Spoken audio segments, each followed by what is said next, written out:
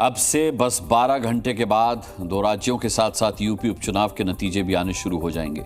12 घंटे बचे हैं, लेकिन ये 12 घंटे कई नेताओं को 120 घंटे लग रहे हैं। महाराष्ट्र से लेकर यूपी तक सभी दलों में आज रात बेचैनी की रात है। सभी अपने अपने उम्मीदवारों और कार्यकर्ताओं को आखिरी वक्त की हिदायत दे रहे हैं। आपको बता दें किसने क्या कुछ कहा है। एनसीपी शरद आज उम्मीदवारों के साथ मीटिंग हुई। इस पार्टी की ये मीटिंग ऑनलाइन थी। बैठक में काउंटिंग के वक्त की रणनीति बताई गई। नतीजों से पहले महाराष्ट्र में बीजेपी ने भी बैठक की। बैठक में देवेंद्र फडणवीस समेत राज्य के बड़े नेता शामिल रहे।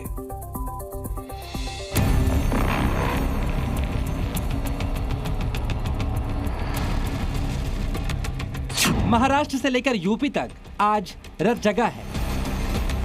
महाराष्ट्र में आज की रात महायुति और महाविकास अघाड़ी के नेताओं को नींद नहीं आएगी। सब अपनी अपनी जीत के दावे तो कर रहे हैं, लेकिन मन ही मन उन दावों पर कॉन्फिडेंस नहीं है और ये उनके बयानों और एक्शन में भी दिखाई दे रहा है।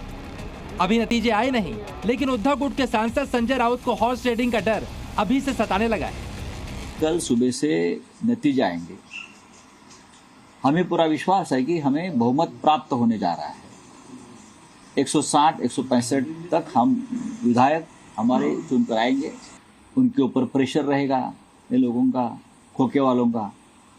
तो सबकी रहने की व्यवस्था एक होटल में एक जगह पर करने की योजना हम बना रहे हैं। संजय राउत ने कहा है कि वो अपने जीते हुए विधायकों को मुंबई के होटल में एक साथ रखेंगे। उद्धव के दोनों सहयोगियों एनसीपी शरद गुट और कांग्रेस को भी डर है। काउंटिंग से पहले प्रत्याशियों को काउंटिंग सेंटर पर नजर रखने के लिए कहा जा रहा है।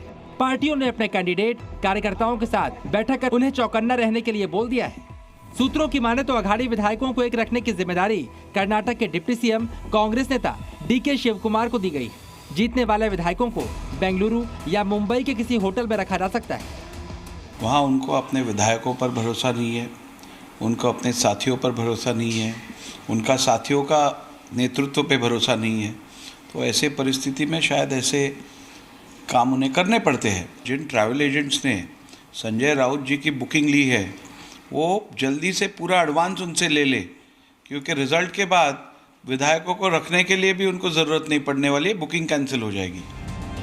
महाविकास अघाड़ी विधायकों को हॉर्स ट्रेडिंग से बचाने की रणनीति पर काम कर रही है। तो महायुति की प्लानिंग है, अगर बहुमत में कुछ 19 हुआ तो उसे 21 बनाने के लिए किन पार्टियों से हाथ मिलाया जाए। महायुति काउंटिंग पर नजर के साथ ही प्लान बी पर भी काम कर रही है कि अगर बहुमत में कुछ सीटें कम पड़ी तो छोटी पार्टियों से भी संपर्क किया जाएगा। उधर यूपी में अखिलेश यादव भी उपचुनाव के नतीजे आने से पहले पूरी तरह चौकन्ने हैं। उन्होंने सभी 9 विधानसभा सीटों पर अपने उम्मीदवारों और कार्यकर्ताओं को डटे रहने का निर्देश दिया है। अखिलेश यादव ने कहा, चुनावी धांधली का डट कर सामना किया।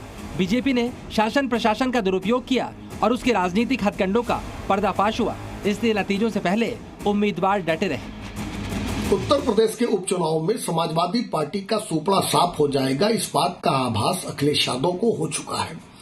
इसलिए अब ट्विटर और बयानों के माध्यम से राजनीति में शुचिता की वकालत कर रहे हैं। महाराष्ट्र या फिर यूपी, उम्मीदवारों से लेकर पार्टी के बड़े नेताओं की धड़कनें बढ़ी हुई हैं। आज की रात महाराष्ट्र से लेकर यूपी तक कईयों के लिए चुनावी जागरण की रात है। ब्यूरो रिपोर्ट, जी मीडिया।